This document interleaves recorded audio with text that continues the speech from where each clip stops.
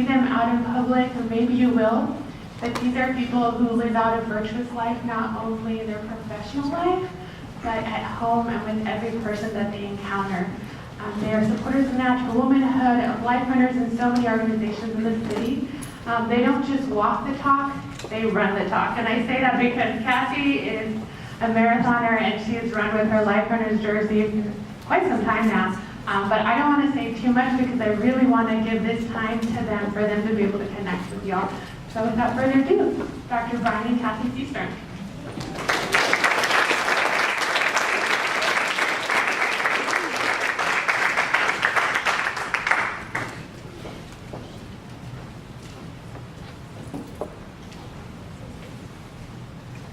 Thank you so much. We really appreciate the opportunity to come out today. And I don't know if you realize it, we usually speak together, so that means we get twice the time, right? I thought that was part of the deal, so just an automatic thing. So please allow us to share with you part of our life story, our work in pro-life, and how we have worked hard to teach our kids their faith. And so we're going to start with a reading and one little brief snippet from Jeremiah as our starting prayers. Now the word of the Lord came to me, saying, before I formed you in the womb, I knew you, and before you were born, I consecrated you. I appointed you a prophet to the nations.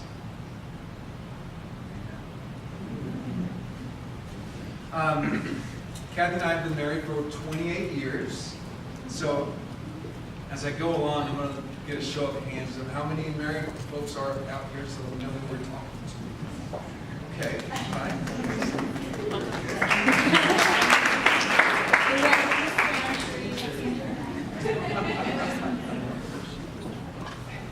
I grew up in this little town called College Station.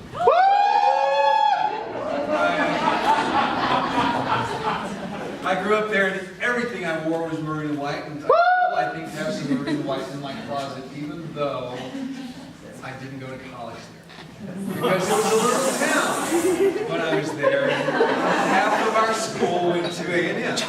And depending on who was winning the football games, the other half went to UT. So I went to UT. And, and the best part about that is when I was in UT, that's where I met Kathy. Kathy grew up. Okay, go ahead.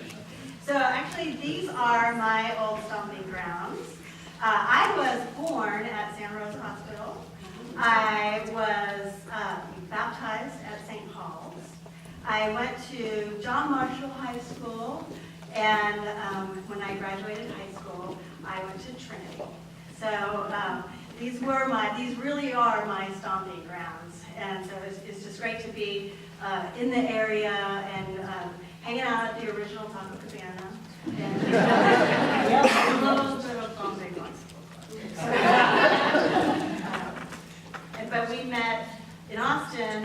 We were both still undergrads, and Bryan was working really hard to graduate, get into medical school, and I was really working hard on that old MRS.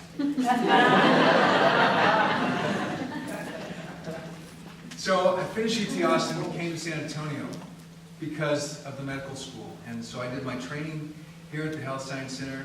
And because Kathy was from San Antonio, it was really easy to stay here. She had family here. We set roots here and continued to live here now. I'm an only child.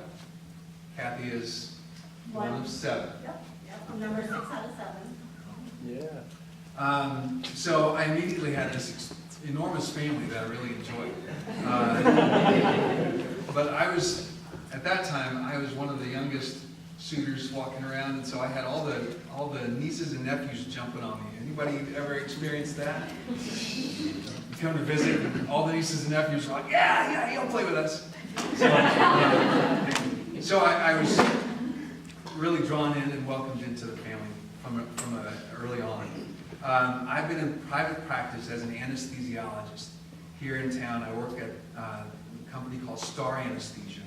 And in fact, I came out of residency, joined one of the groups that rapidly became Star Anesthesia. So I'm kind of one of the founders of Star Anesthesia because I was in there from when they first opened the doors.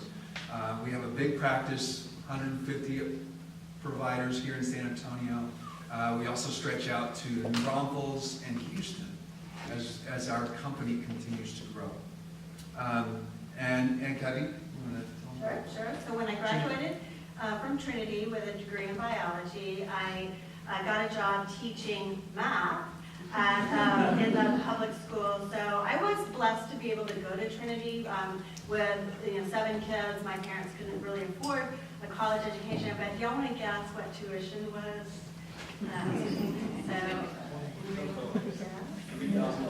So it was $5,400 a year. A year, and there was no way we could have afforded to send me to Trinity. And but I did. I graduated, and I went on a teaching scholarship. So I became a public school teacher. We married at St. Luke's, and we've. Did you tell me how long we've been? Yes. Okay. I got it right. Yes, yeah, you did. So we went to St. John for our honeymoon, and 2 things happened to us that were really just grace. It was things that we hadn't really thought about or talked about, and it was just like, just happened. And the only way I can describe it is that it was grace in our lives. The first one is a little embarrassing. But when we got home from the honeymoon, I immediately took a packet of birth control pills and threw them in the trash. That just tells you that I was taking birth control pills for quite some time before we got married. But we did actually start our family at the time, and so 9 months later we did have our first child. And there was another thing that happened. And so as we started our life together, one of the things that kind of was keeping us apart was that I grew up not Catholic, I grew up Baptist. And so my experience growing up Baptist as an only child, I was in kind of a very characteristic family of 2 parents, 1 child, 1 pet. And that was it. It was pretty quiet on a lot of days. And we went to one Baptist church in Bryan, and every Sunday we were there from 9 a.m. till 1 p.m. And that was our routine, and it was very routine, and it was like clockwork. Like, we didn't argue. There was nobody to bounce the idea off of. Like, hey, let's skip today. No, it was just me, so I followed along. And then when I went to college, of course, I wasn't in my usual routine, so I dropped off, and my faith struggled quite a bit.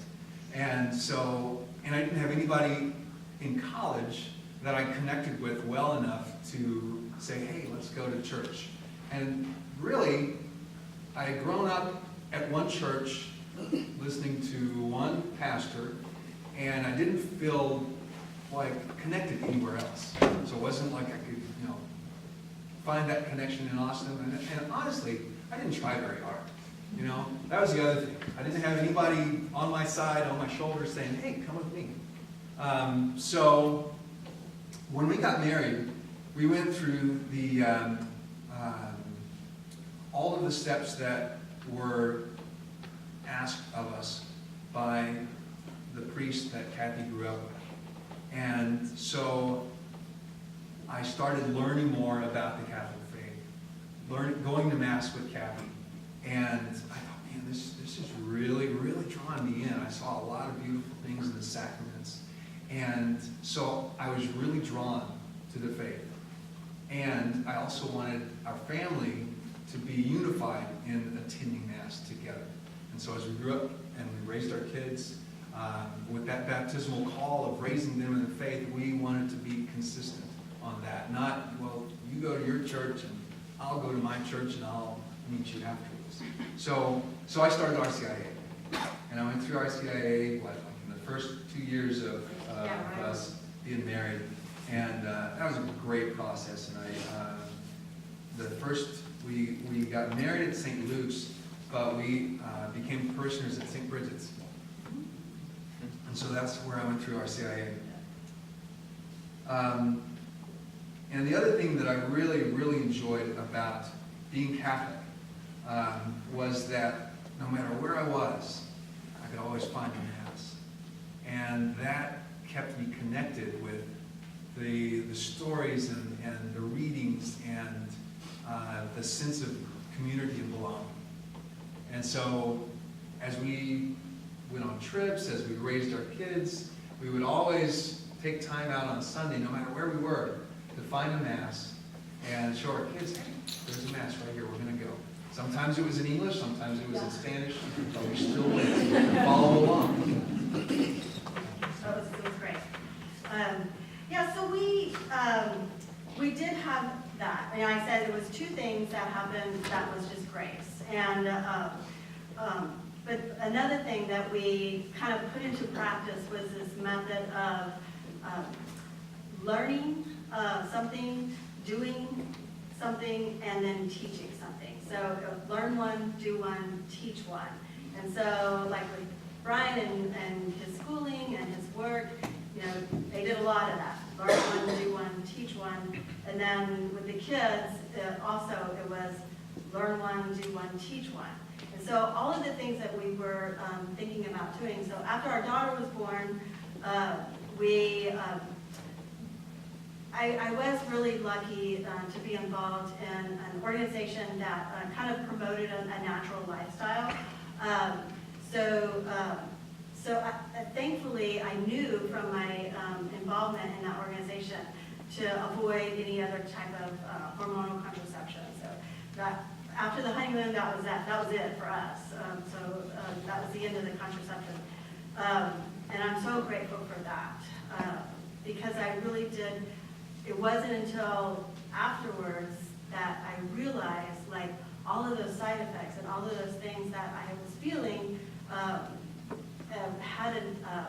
there was a reason for all of that. I mean, I just kind of thought it was like me and that was my personality. But Bryan, we were only married a year and he was like, you're different. You're different than the person that I married. But it was a good thing because I was a lot nicer.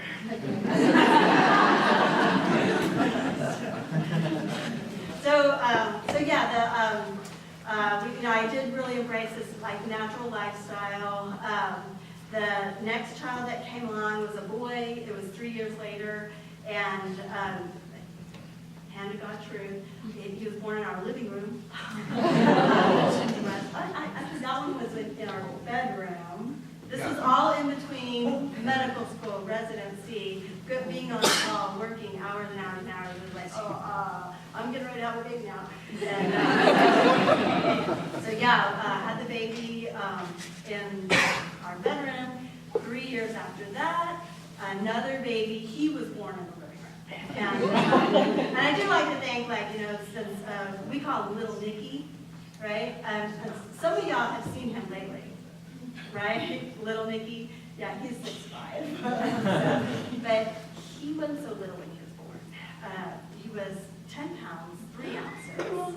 And I just remember gripping the floor.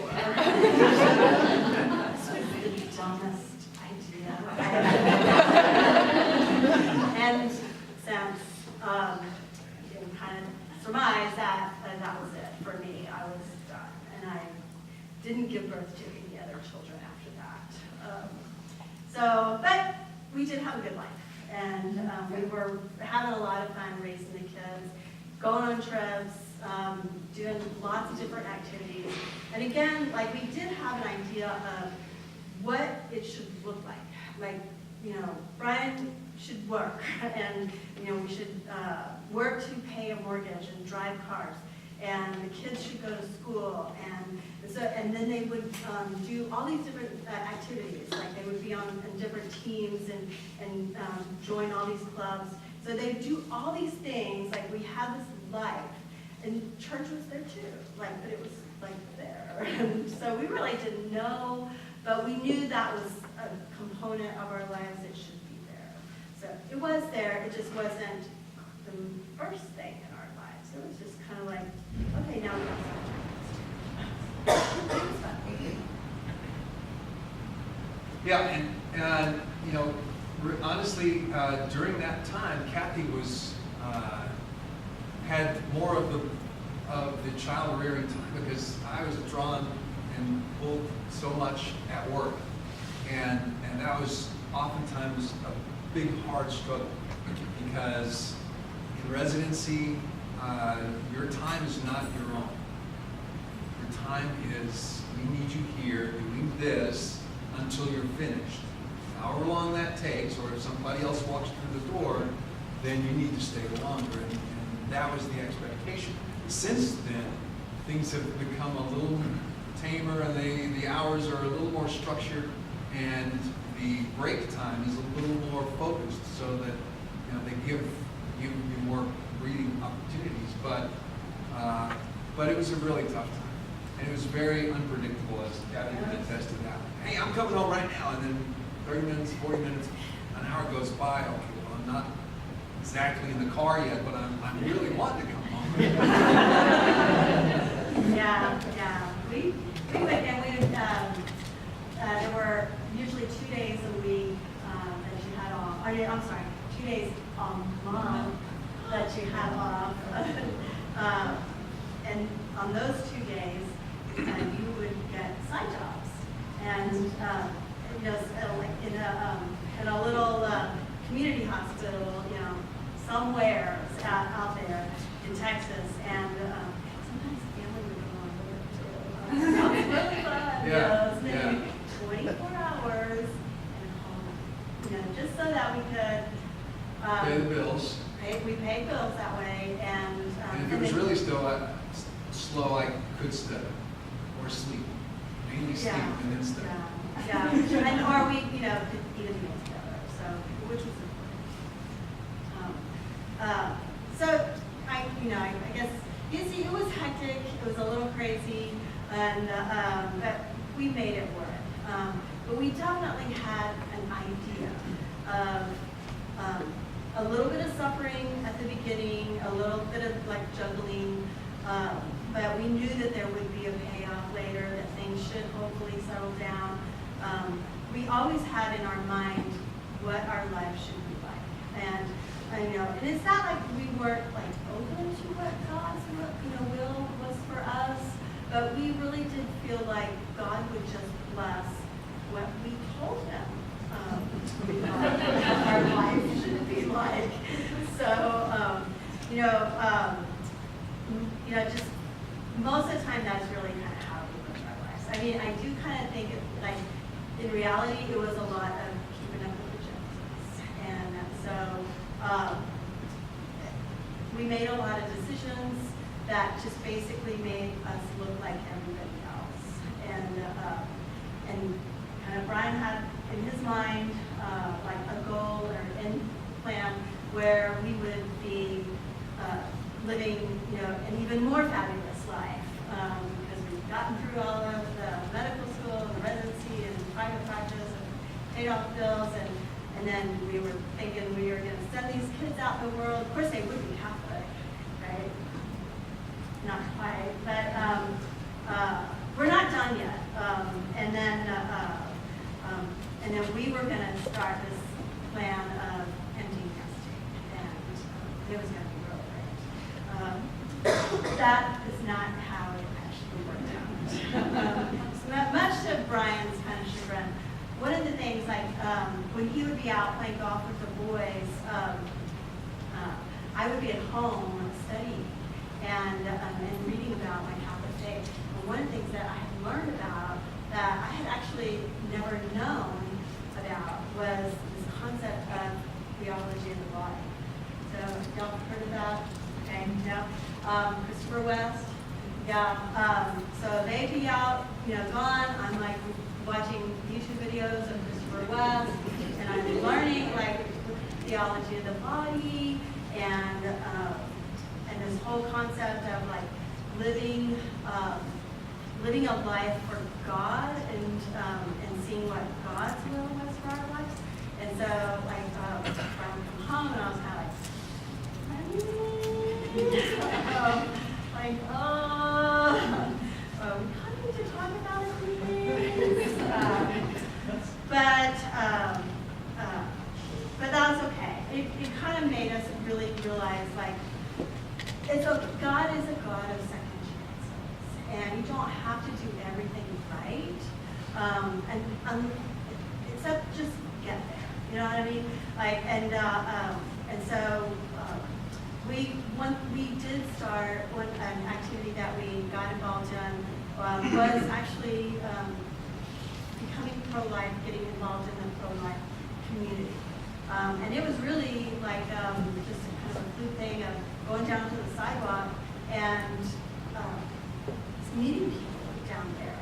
And we found that they were so nice, they're welcoming, and they're happy to see us. And so it's like, okay, well, we'll come back again. And we just really kind of prayed like that, that we would see a miracle. That's what I really wanted, was just like, God, I want to be there, but I want to see a miracle. Just give me a miracle, please. And so one day, Bryan was with me, and he was holding a sign up, like in front of his face. And he actually, should I tell this truth? Sure. Okay.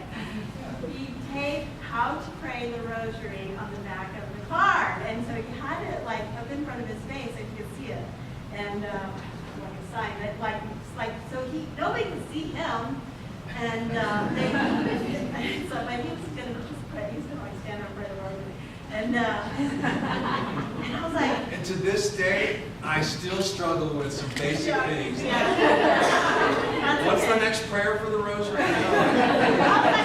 Make more beads on my own. There's an app for that. Yeah. That's fine. And I just told him, like, Bryan, put the sign down. Just be the sign. Put the sign down. And then because he's the tallest one, and there were these ladies going, and they're calling him over, and he goes over there, and it's a mom and a daughter, and she's walked out of Planned Parenthood, and she doesn't know what to do. And he talks to her, and I was like, wait a minute. Really? I have been coming down here. I'm like sunburned all the time. I am like exhausted, and Got my Life Runner shirt on.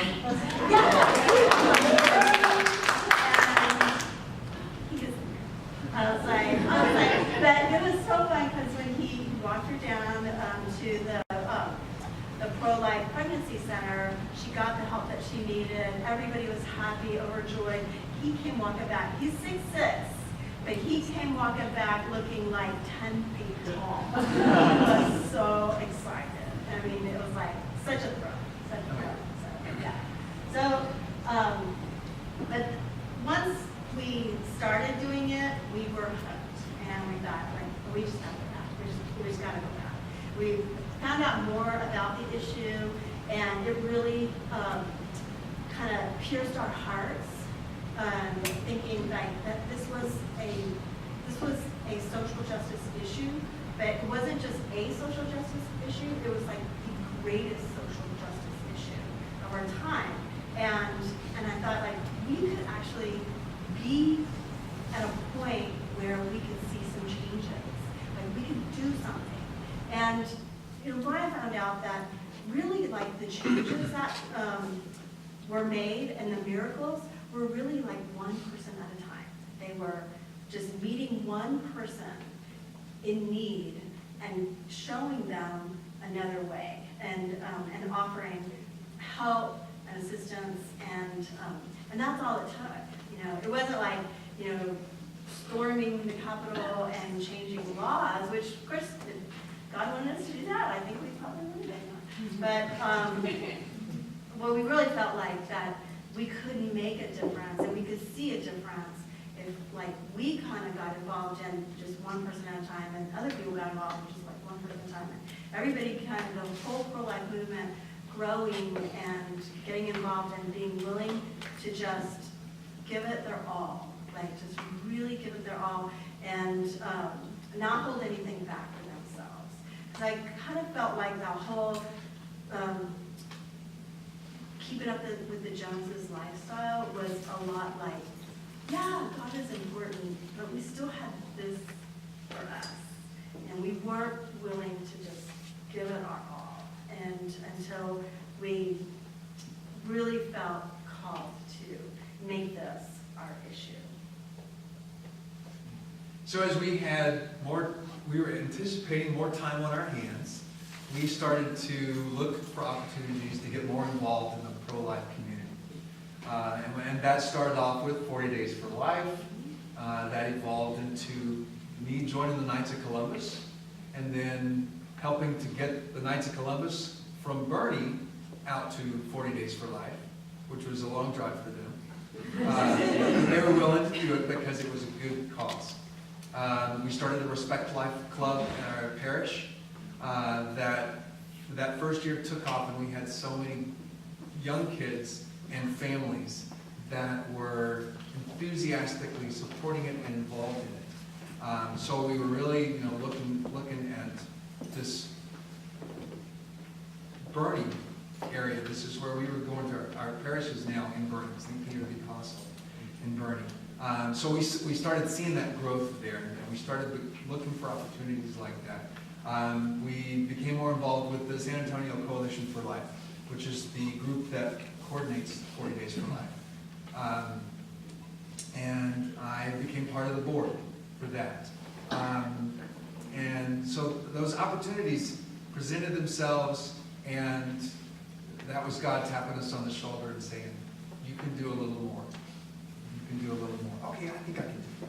How many days a week? Okay, I can do that. So we kind of eased our way in, enthusiastically thinking, well, all the kids will be on their own, living on their own, and we got to have something to do when we're empty nesters. Oh, and I do want to say that driving from the Bernie area down to an abortion clinic in San Antonio, my radio was on.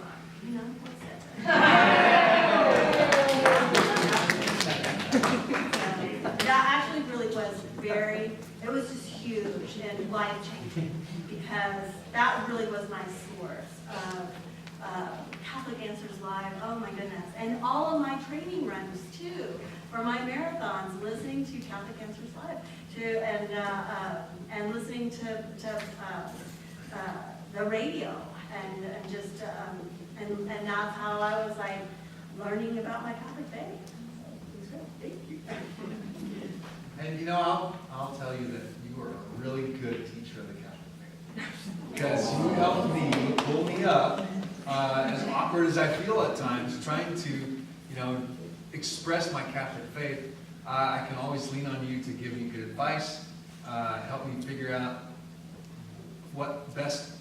how best to do that. So I appreciate you for that. Yes. Because I think I did tell you, just like, let's look at Catholic radio.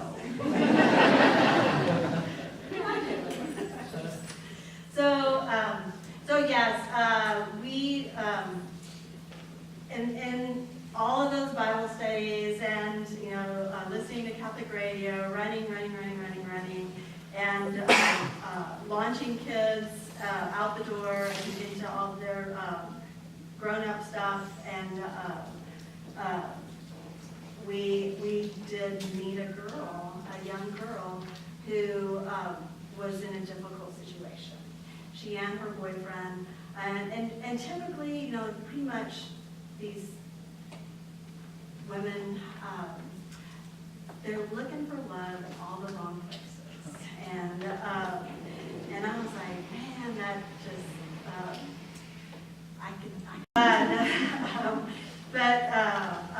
so this little girl was pregnant and in a difficult situation.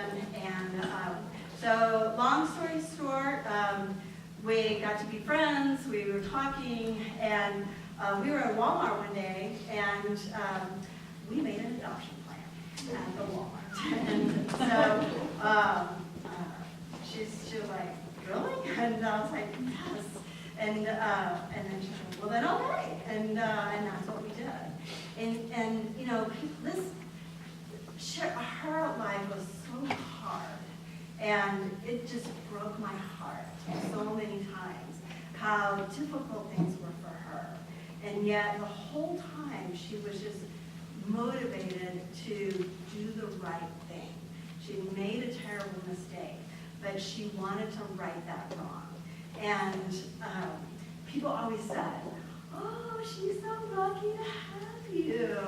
Oh, this baby is so lucky that y'all stepped in and changed his life. And I was like, I needed her just as much as she needed me. I needed this. And we really felt like God was saying, that we were saying, yes, we're 100% in, we'll not hold anything back, no matter what happens at the end, it'll be worth it. And even if she changed her mind at the end, I would have no regrets. And but God saw that, and He said yes, and granted the desires of our hearts. So he was born. We went to the hospital and got to be there. He was placed in our arms, and we took him home. And so started new parenthood all over again. And did y'all know that there is a Keurig out there for baby formula? I did not know that. I did not know that. But I was at Target calling Bryan saying, there's a real Keurig, but it's baby formula, not your coffee. Don't put it next to each other.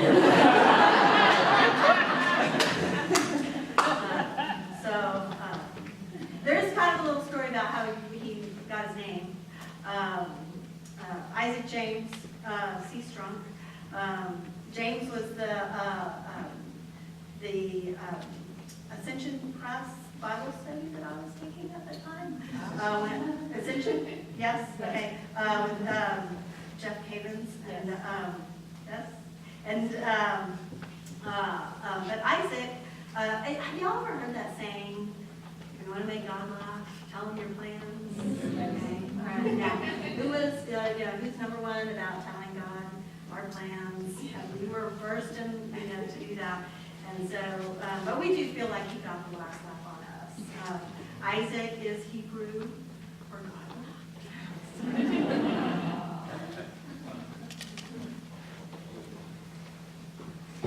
So Isaac is 4 now. And we would have brought him, but he still would have been running circles around the place with his unending energy. But he's got an infectious smile. He makes all the other kids jealous, which is kind of funny. All the other older kids. You never did that for us. Well, oh yeah. Deal with it. Right. But one thing that we'll say is that once you've juggled 3 children with 3 separate schedules and 3 different personalities, one is so much easier. So much easier. So easy. So he's our blessing. He's the one at home now. All the other kids are gone. 2 are out of state. 1 is in college right now at the University of Dallas. And Isaac is going to start in preschool. When he's in preschool, he's going to kindergarten. Yes, and hopefully at Great Hearts. We're excited.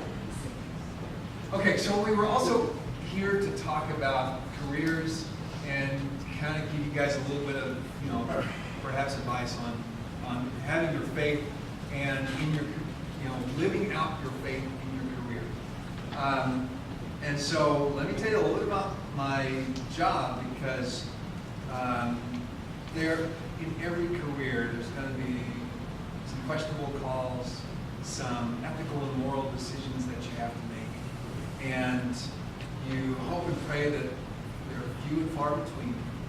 You hope that when they do come up, you have the grace and the knowledge and the skill to be able to handle it well in a way that well, number one, allows you to keep your job. But number two, allows you to live out your faith and have other people see that you're living out your faith. Okay? And so that's not what is common. You don't see that very often. I work as an independent contractor. So my day is designed around the surgeon that I'm working with that day, who picks patients, cases, books them for the day, and says, okay, we're going to be here, and we're going to start, and we're going to work through these cases. So number one, I get to meet patients on an individual basis and focus on their care for the extent of the period that we're there. The biggest challenge is that I only get 10 or 15 minutes to convince them that I'm going to take good care of them.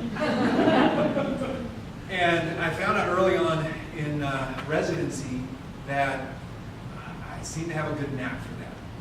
My voice is calming, and I've been known to put people to sleep just talking with them. So that works to my benefit. It wasn't what I was intended or initially planning on doing when I was going through college and medical school, but it's what I found where I found my niche was towards the end of residency, and that's what commonly happens. In those last couple of years of residency, you have an opportunity to experience different fields, and you get to select them as electives, and then you decide, well, I like that field. And for a variety of reasons, it fits your personality, it gives you the kind of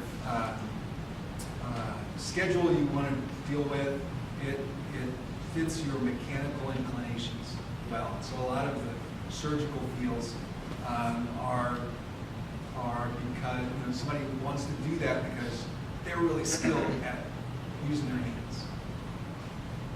So maybe I have 4 or 5 patients in a day, or like some days 30, depending on what we're doing. And that's not a lot of time to really express my faith, right?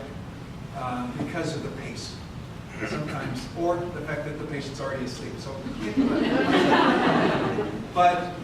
but as I worked through those years in practice, as I worked with patients, I learned that we have to look for those opportunities, as brief as they are, to share your faith or to express your faith in a way that other people kind of see that in you. All right? And the best way to describe that is if you're walking down the street and you see someone and they've got a look on their face, like they're frowning and they're sad or they're angry and their face is red and they're stomping. Well, you can read a lot into what is going on with them just by their body language and their facial expressions. And I remember listening to a podcast, and the person teaching the podcast was saying, what is it with Catholics? Sometimes Catholics, you look around in church, everybody's got a frown on their face. It's like, are they really happy to be here? Are they really excited or enthusiastic? Or are they just checking the clock, punching the clock? And so that really, hit home for me. And so in those brief moments of opportunity where I have a chance to meet someone and talk, I try to put my best person forward, my best face forward, my best, friendliest, loving face forward in that period of time. And that works well for me in this profession as an anesthesiologist because it gives me patience. It gives me the ability to put someone at ease when they're really anxious and nervous that things are about to be out of their control.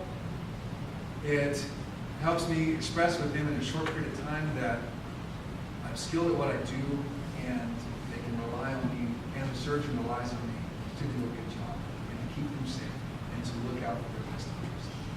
And so that's the way I practice my faith in the job that I have. There are times in this practice where I get a schedule and I look at the schedule and I go, no, I'm not really comfortable doing it. It doesn't happen very often. And early on, when I was so hungry to just work, I just need to work. I got bills to pay, I have kids growing up, a lot of things to do. And so I would just, run across town, take as many cases as I could, as long as it was in a certain time frame, and then I would try my best to get home and be with family as much as I could. And so over time, and like I said, I've been doing this for 20 years now, the value of doing that same job and having that same position is now, I feel more confident in my ability to say, I will do this, but I won't do that. And the key thing there that I want to describe to you is that it wasn't like that always. And I'm not certain if it was the weakness of my faith and my ability to say no, or if it was just the position that I was put in at that time.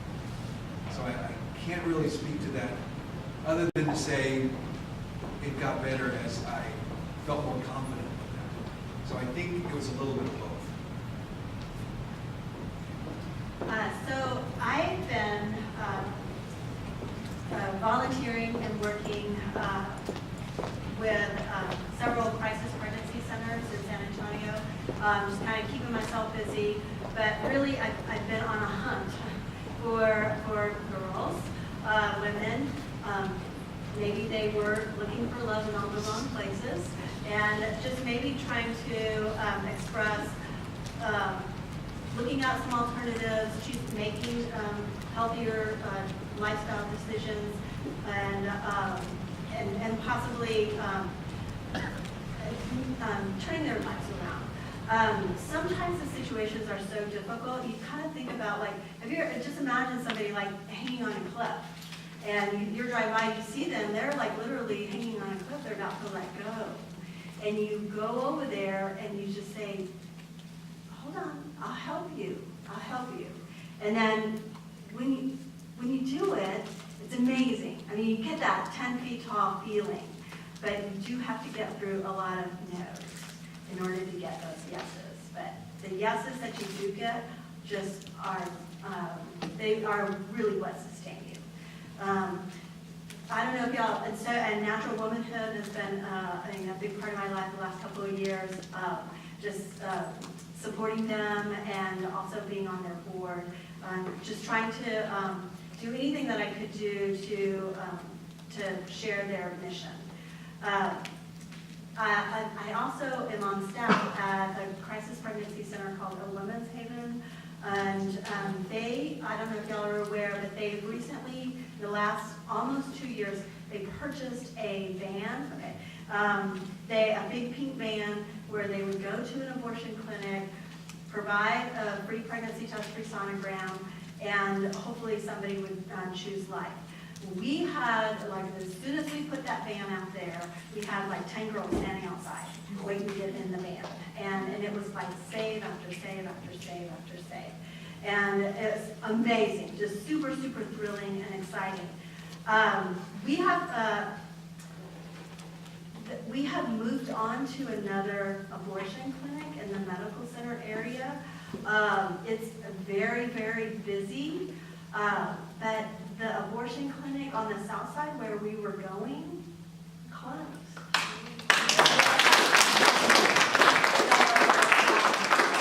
I don't know why. I mean, I do think maybe a little bit of that less salt that we were putting out there. And maybe it's a little bit of pardon for their business, and lots of prayers. But that's what I'm doing now. I really enjoyed it so much. much that I decided I want to go back and get my nursing degree, so like a second degree. And so one of the steps that I had to take was to get my CNA license. And at first, I'm going to be honest, I didn't really enjoy it. I kind of felt like it was a step backwards, since I had already graduated. And but now I'm doing like a vocational class. And I didn't always have the best attitude. Being in class and sitting there listening, taking the tests and stuff. And then when we got to clinical, it was like, oh, you're new, you're a student, you get to do grunt work. And I was like, well, I don't want to do that.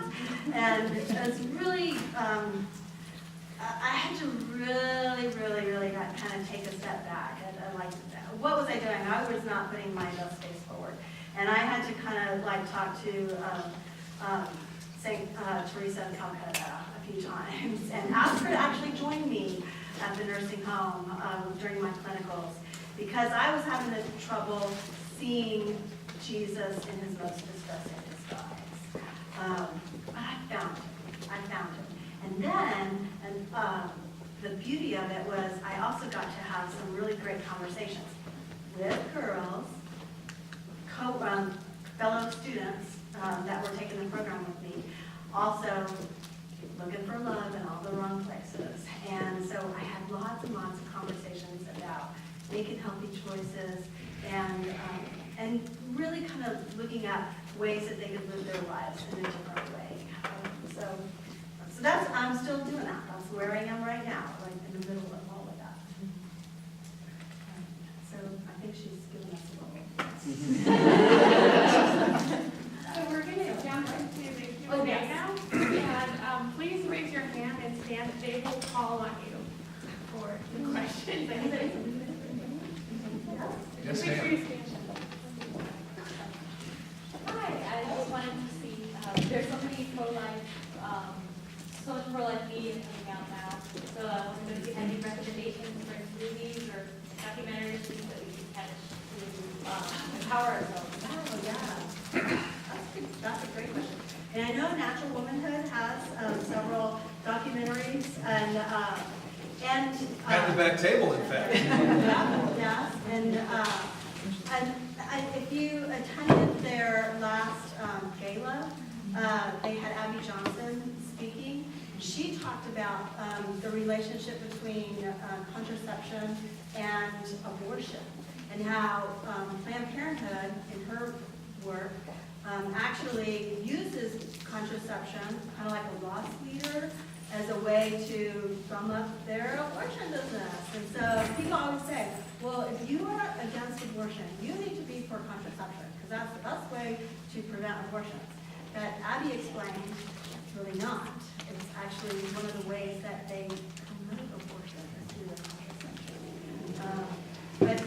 Also, so it was great, like getting, going on, there's their website, Natural Womanhood, if you talk to them. Abby Johnson is having a movie come out. It's called Unplanned. It's based on her life, her book. She was a Planned Parenthood director for 8 years, and she had 2 abortions, and looking for love in all the wrong places. And she was the Employee of the Year at Planned Parenthood. And she had an experience that just pierced her heart, and she walked out of there and walked into the pro-life organization across the street and cried and begged them to let her join. And that was like the turning point for Abby Johnson's life. She ultimately became Catholic. She's been on the EWTN on the Journey Home a couple of times, and a couple of different, I think she's going to be on Teresa Tomeo tomorrow. Mm-hmm. Yeah, so if you get to listen to Teresa Tomeo. And her movie comes out in, I think, the second week in March. March. I thought it's March 29th. Okay. So anyway, look for her Abby Johnson's movie, Unplanned, and you can see the trailer on YouTube, and it's good.